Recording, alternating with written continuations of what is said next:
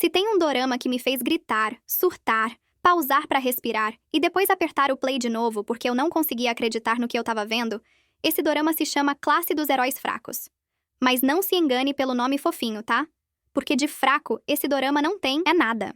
Classe dos Heróis Fracos não é só um dorama de ação, é um soco emocional com cálculo matemático envolvido. Sério, o Ji-hoon é aquele tipo de personagem que já chega com aquele olhar de não mexe comigo que eu tô fazendo equação de cabeça, mas o povo insiste, né? Ele é aquele típico nerd calado que ninguém dá nada, mas por dentro tá com um HD de 1 terabyte cheio de revolta, teoremas e raiva reprimida. O mais doido é como ele transforma conhecimento em arma. Tipo, não é só porradaria por porradaria, é tudo com base em análise, tempo, ângulo de impacto. Parece até que ele tá jogando xadrez humano com a vida real. A cena que ele surta depois de ter o exame sabotado? Eu gritei. Aquele momento câmera lenta dele indo com o livro e a caneta?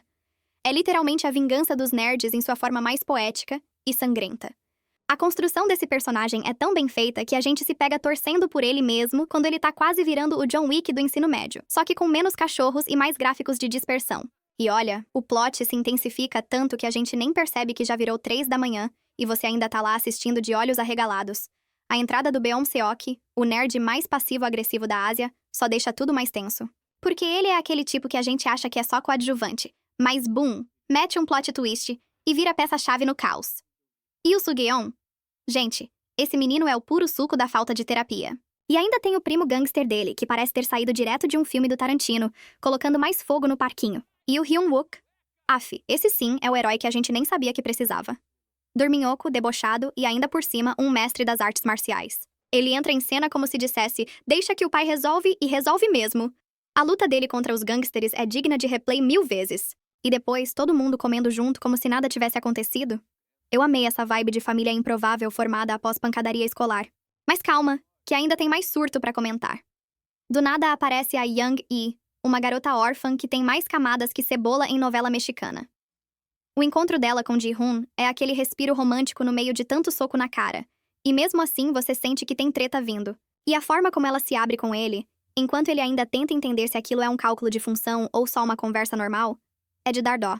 Ele é tão fechado que qualquer contato humano pra ele é praticamente um bug no sistema. E a gente aqui só querendo que ele sorria uma vez. Só uma. Por caridade. Depois daquele rolê de almoço com a Young Yi, a gente começa a ver o Ji-hoon se abrindo. Sim, o menino do cérebro matemático começa a ter pequenos momentos de humanidade, de conexão real. E isso, meu amor, é o gatilho perfeito pro caos. A convivência com Hyun-wook e Beom Seok começa a dar um gosto de amizade pro Ji-hoon, que antes vivia no mundinho dele, só entre livros e equações. Mas o que acontece quando um nerd solitário começa a encontrar carinho pela primeira vez? Exatamente, o mundo decide que ele não merece. E é aí que o Beom Seok começa a surtar. Ele começa a sentir ciúmes da amizade entre Ji-hoon e Hyun-wook. Se sente excluído, diminuído, como se tivesse sido usado só pra resolver tretas e depois descartado. E o bichinho vai guardando tudo isso. Fica guardando, remoendo, surtando, até que explode.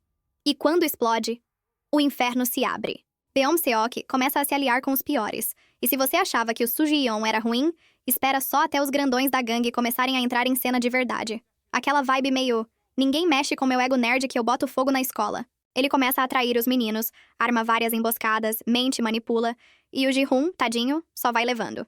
Cada episódio a gente vê ele mais ferido, mais cansado, mais quebrado por dentro. E o ápice, meu Deus do céu. O ápice é uma sequência que parece até que a câmera foi mergulhada dentro do psicológico do Ji-hoon. Ele apanha. Ele grita. Ele perde o controle. É uma das cenas mais impactantes de dorama de ação escolar que eu já vi. Aquele surto dele não é só contra os valentões, é contra o mundo inteiro que nunca deixou ele respirar em paz. É sangue, é lágrima, é câmera lenta com cálculo mental passando na tela, é trauma, é desespero. E aí você entende por que esse dorama viralizou tanto. Porque ele mostra um menino aparentemente calmo e controlado sendo destruído emocionalmente, até ele não conseguir mais segurar. E o mais doído? Ninguém vê, ninguém entende, ninguém segura ele quando ele tá no fundo do poço. E é isso que transforma Ji-hoon num protagonista tão pesado, tão real. E você que é apaixonada por dorama só consegue sentar no sofá, agarrar a almofada e gritar: alguém salva esse menino pelo amor de Deus! Depois do surto total do Beom Seok, que praticamente assinou contrato com a maldade, e do Ji-hoon explodindo como uma bomba emocional e física, a gente chega naquela fase do dorama onde todo mundo tá em pedaços. Tipo final de churrasco com briga de família, ninguém mais sabe quem é o vilão, quem é a vítima, e quem só tava ali pra comer. O Ji-hoon, meu anjo, ele termina esse dorama com o olhar vazio. E não é aquele vazio poético, não. É vazio mesmo.